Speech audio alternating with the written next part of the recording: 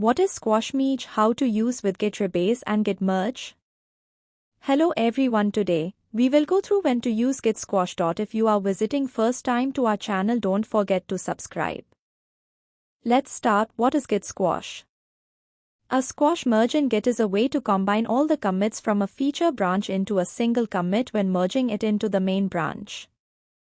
This helps keep the commit history clean and linear. Here's how you can use it with both git rebase and git merge. Using git merge with sqash merge. Step 1. Check out to the base branch. Make sure you are on the branch you want to merge into.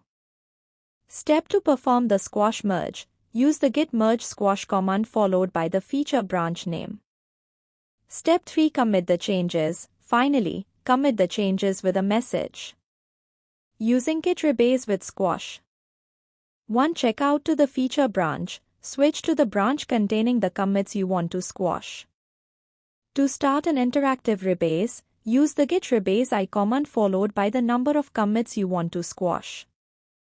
3. Replace big with sqash. In the interactive rebase editor, replace big with sqash or fix up for the commits you want to combine.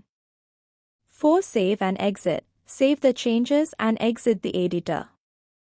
Like and follow for more quick tech breakdowns.